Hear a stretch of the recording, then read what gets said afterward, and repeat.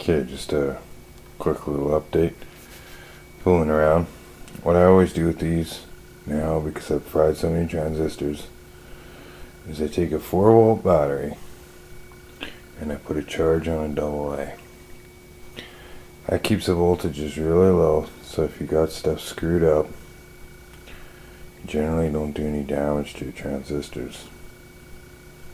Now, capacitors may help in this situation. Working at low voltages, I don't know. This is new to me. So here I have a AA that I brought up to charge. And one of the things I've been saying, I'm looking into, I don't claim to fully understand it, but a lot of people say that the battery doesn't see the spike. However, if you look, if I was to take that scope and put my ground lead on the emitter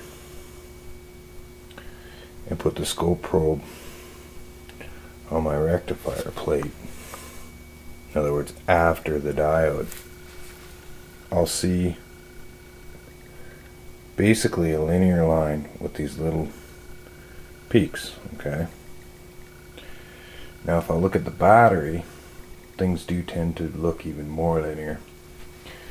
Now you look at it on a multimeter, let's say, and it shows that, I'm basically overcharging this battery. This is a rechargeable battery, so I'm getting up to full charge.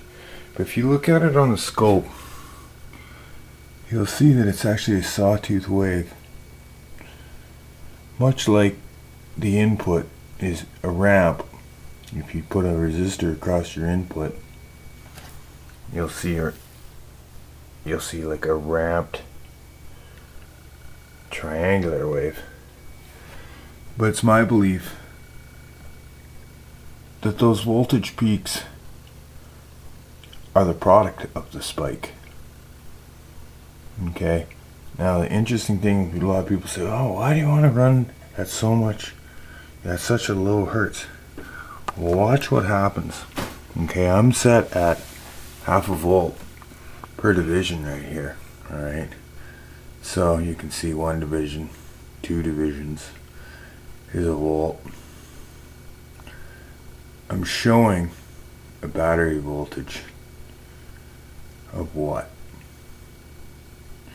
0.5, 1, just under 1.5. Now if you look, those peaks are at 1.5. My meter says 101.42. So pretty close. It's not that far off. But it's the peaks that we don't really see.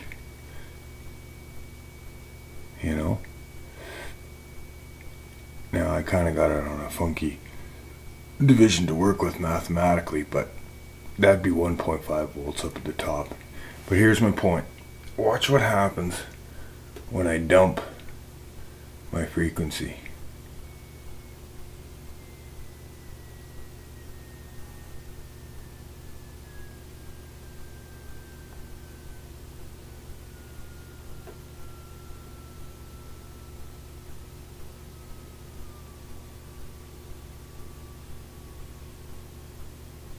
I'm approaching only 33 ohms. So when I get too low, the whole thing just falls out of oscillation. So before I do that, see if I can. You can see the difference though, eh? See how much higher I am? Now my voltmeter doesn't go up nearly as much.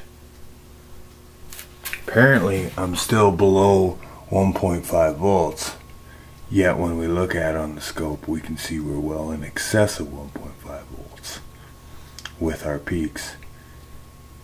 And having watched a lot of what 49er does, honestly, I think that's where the desulphating is taking place. The hammering, that extra voltage, followed by the thumps of the current. Now you're getting bigger thumps of current when you're doing this too. Like if you were to have an ammeter hooked up, you'll see that you're passing a lot more current in bigger chunks, longer duration because it's lower hertz. Anyway, those are just some of my thoughts. Thanks for watching.